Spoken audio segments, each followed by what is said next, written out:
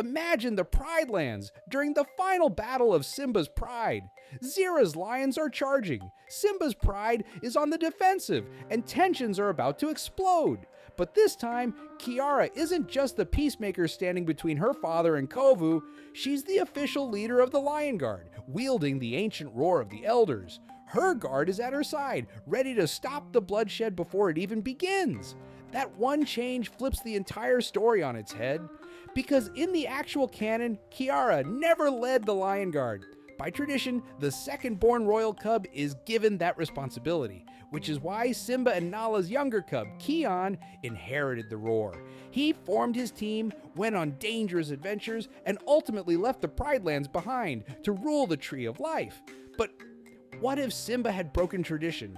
What if Kiara, the heir to the throne, was both future queen and the Lion Guard leader?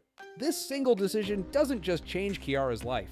It rewrites Scar's return, the fate of the Outlanders, and even Kion's entire destiny.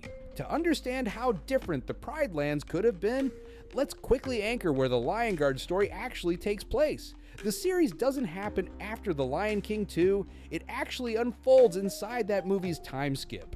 When Kiara is still a cub meeting Kovu for the first time, Kion is already leading the guard. By the time she grows into a young adult for her first hunt, the point where Simba's pride picks up again, Kion and his team have fought Scar's spirit, traveled across Africa, and even left to defend the Tree of Life. Canon law, or rather tradition, says that the Lion Guard is always led by the second-born child of the monarchs. That's how Scar originally got the roar in the past, and why Kion was chosen in Simba's reign. It keeps the heir safe, while the second-born takes on the risks of patrolling and protecting the Circle of Life. But traditions in the Pride Lands aren't absolute. Scar broke them when he abused the roar, and Simba himself was known for bending rules when survival demanded it.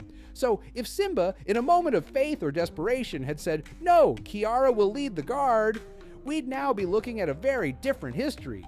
The heir to the throne would be out in the field, enforcing peace with the roar of the elders, making allies and enemies long before she was meant to ascend.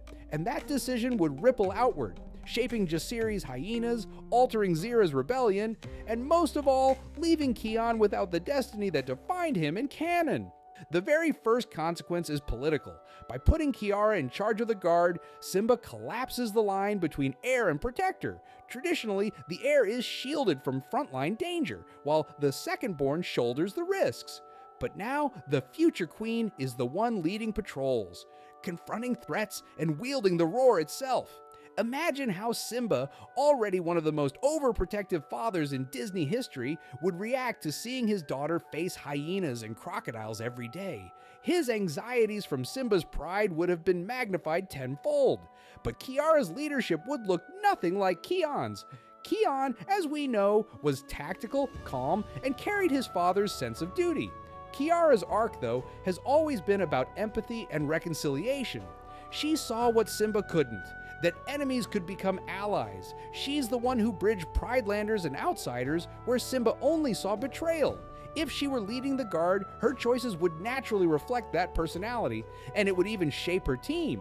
Canon shows Kion picking Fuli, Bunga, Ono, and Beshte because they're the fastest, bravest, keenest of sight, and so on.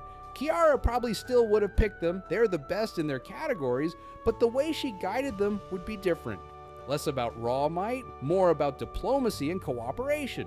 The guard under Kiara would become not just a strike force, but an early diplomatic bridge between factions in the Pride Lands. And here's where the dominoes start falling. With Kiara as leader, the first major change is the alliance with Jasiri. In canon, Kion slowly learns to trust Jasiri, the hyena who respects the Circle of Life. But Kiara, whose whole worldview is about understanding those outside the Pride Lands, would have embraced Jasiri almost immediately. That means the Pride Lands would have hyena allies much earlier, making it far harder for Janya and his clan to cause chaos, and even harder for Scar's spirit to build an army. The second big shift? The Outlanders. In Simba's Pride, Kiara only interacts with Kovu and Vitani through chance encounters, but if she's on daily patrols, enforcing the Circle of Life across borders, she would have had far more frequent contact with Zira's Pride. Imagine young Kiara standing on the Outlands border, not as a curious cub, but as the official Lion Guard leader, negotiating, warning, maybe even helping when prey was scarce. That plants seeds of trust long before the Valley battle at the end. And then comes Scar's resurrection arc. In canon, Scar returns when villains manipulate the Lion Guard and twist the roar into chaos. But with Kiara leading, that scenario becomes much harder. Kiara's cautious, diplomatic style makes her less likely to fall into the same traps. At the very least, Scar's return would have been delayed or weakened because the conditions for his rise, division, mistrust, and isolation simply wouldn't exist at the same level. So just by shifting the Guard's leadership, we're already looking at a Pride Lands where hyenas are trusted allies, Outlanders aren't completely isolated, and Scar's chances of returning to power are slimmer from the very beginning. Here's where everything explodes. In the actual movie, during the final showdown between Simba's Pride and Zira's Outlanders, the Lion Guard is completely absent. Why? Because in canon, Kion and his team are away at the Tree of Life, leaving the Pride Lands unprotected. That's why Vitani had to form her own Lion Guard to defend the kingdom in their place. But if Kiara had been leader, that never would have happened. She wouldn't have left on a long journey to heal at the Tree of Life, because that wound Kion suffered from Ushari's venom bite wouldn't exist in the first place, which means when Zira finally launches her attack, Kiara's guard is right there on the battlefield. Picture it. As the two prides face off, Bunga, Fuli, Ono, and Beshte stand shoulder to shoulder with Simba's lionesses. The guard, empowered by the roar of the elders, becomes a living shield against Zira's plan to destroy the royal family. Instead of a desperate standoff, Kiara has the means to de-escalate the battle before it spirals. And think about what happens when Kiara makes her famous stand, "We are one!" In the movie, it was a heartfelt speech that swayed Vitani and the other outsiders. But now, those words are backed by her track record as Lion Guard leader. She's not just asking for unity, she's proven she can keep the circle of life balanced across factions. Vitani and her lions wouldn't just listen, they'd follow her almost instantly. The war ends faster, bloodshed is reduced, and Zira's rebellion collapses in front of her eyes. That final battle, which in canon teetered on the edge of civil war, would instead transform into the ultimate proof of Kiara's leadership. The future queen who united not only prides, but every species under her guard. But Kiara taking the roar doesn't just change her story. It rewrites everyone else's destinies.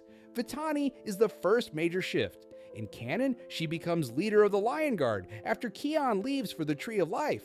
But in this timeline, Kiara never leaves, and her guard never fractures. That means Vitani never steps into that role. Instead, her loyalty and skills would likely make her Kiara's right hand, a trusted commander of the Lionesses, maybe even the captain of a new royal guard. She's still redeemed, still important, but not as a guard leader. Then there's Kion. His entire arc in canon revolves around inheriting the roar, being scarred by Ushari's venom, and eventually finding healing at the Tree of Life. That journey introduces him to Rani, who he marries, becoming king of the Tree of Life. But take the roar away, and none of that happens. Kion stays in the Pride Lands, growing up in his sister's shadow.